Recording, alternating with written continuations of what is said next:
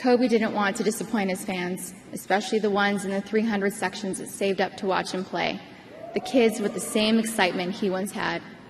I remember asking him why he couldn't just sit a game out because he was hurting. He said, "What about the fans that saved up to watch me play just once?" He never forgot about his fans. If he could help it, he would play every minute of every game. He loved you all so much. Over the past few decades, we've seen a major shift in the attitude of players, management, as well as the owners. As when it comes to these players having guaranteed money, the motivation to play all 82 games and take pride in doing so simply isn't there like it was in past eras. And I would say the advent of the load management era actually began with the Spurs back in the early 2010s, as someone like Tim Duncan, Ginobili, even Tony Parker would sit out games here and there because they were aging. And look, when the Spurs did it, it wasn't some epidemic that was league-wide. It was solely a Spurs thing. But fast forward to 2023, it's spread everywhere and gotten 100 times worse. As nowadays guys who are only 23, 24, 25 years old are claiming rest and load management. And when it comes to playing back-to-backs, 3 games in 4 nights, they're going to sit out at least one of those games, almost guaranteed. And I think this past year in 2023, it was a tipping point for fans and even Adam Silver, as guys like Kawhi Leonard and Paul George sat out at least 1 game per week and wouldn't dare play back-to-backs. And someone like Mark Cuban, the owner of a team, shut down Kyrie and Luka Doncic late in the year for a draft pick. That move by Cuban was a disgrace to the game. And speaking of disgrace to the game, you have Ben Simmons, the greatest load manager of all time. As this guy load managed so hard, he actually got hurt and forgot to play basketball at an elite level. Durant, give and go, Simmons, it's an air ball. Now, to be fair to some of the players, this load management mentality isn't with every superstar. As some guys like Ant Edwards, Jason Tatum, they've called out their fellow stars for sitting games and practicing load management, because even they can recognize it's a disgrace to the game and insulting to fans who pay hard-earned money to watch these guys play. And finally, Adam Silver, who's just aloof as an NBA commissioner, stepped in and actually did something. As now, when 2 stars sit on the same night, they'll get fined up to $100,000 depending on how often they do that. And look, it's about time this happened. These guys have guaranteed money. They sit out, they get paid. They play, they get paid. Doesn't matter, it's guaranteed.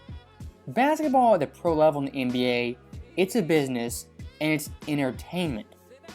I think the players, even Adam Silver, kind of forgot that in the past 5 years. As speaking for myself and many, if you're trying to go to an NBA game today, it's like planning a trip to Mars. Because first off, you gotta look at the players. Are they hurt? Do they want to play? Is that guy load managing? Is he banged up? Is it late in the year, early in the year? Are they on a road trip or back-to-back?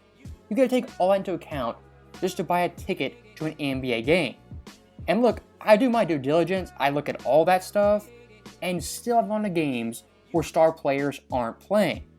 And when you're an average Joe, spending $100, $150, even $200 for one ticket, and the star doesn't play, it's basically burning your own money. Now, still looking at today's superstars, a lot of these guys, including myself, were big fans of Kobe. But the problem I see with a lot of these guys, of course they love talking about Kobe, telling stories about him, and especially wearing his shoes. But when it comes to actually playing basketball, there's a little bit of a disconnect between those guys and someone like Kobe. As I'll never forget back in 2013, when he was carrying the Lakers to the playoffs, this man was getting hurt virtually every other game. And versus Atlanta late in the season in 2013, he got a severe ankle injury and knee injury versus the Hawks. And this play today would have been a flagrant 2 and an ejection. Kobe, after that game, limping off the court, hurt his knee, his leg, still one night later came back versus Indiana and attempted to play. Now, unfortunately for Lakers fans, He only played one full quarter because the pain was simply too much. But I think for most stars today, if they were put in that situation, what they would have done, they would have sat out, called it quits, and not even suited up versus the Pacers. Number one, it's easier to do that. Number two, you don't want to hurt your stats. And number three, let's be honest, you're playing the Pacers in Indiana, not a big-time marquee game. And look, it may sound cliche saying this, but guys in the 90s, 2000s, even early 2010s, playing all 82 games, suiting up for the fans, it actually meant something. As someone like Allen Iverson, who's far from the biggest player, most intimidating player, from 97 to 08, played an average of 41.8 minutes per game. During that stretch, leading the entire league in minutes 7 different times. And over that decade span, Iverson, this dude had numerous injuries, was banged up constantly, and still suited up regardless. Look at this 0-1 playoffs graphic. This dude had knee injuries, ankle problems, hurt his tailbone, sprained thumb. He had tons of injuries and still played. As in the 0-1 playoffs, he played a ridiculous 46.2 minutes per game. And look, when it comes to cross-era debates, you can debate which era is better, more talented, more skilled. We can debate that all day long. And what I will concede is the average player today is more skilled and more talented in general than the average guy 25 years ago. But what I won't listen to is someone arguing that today's players actually care more than guys back in the 90s. As look at someone like James Harden. This dude purposely gets fat just to switch teams. Anthony Davis, anytime he goes in the paint, acts like JFK when he gets fouled. Kawhi Leonard has sat out numerous games due to a hangnail. Joel Embiid will duck Nikola Jokic in Denver out of risk losing the MVP. And someone like Ben Simmons simply doesn't want to play.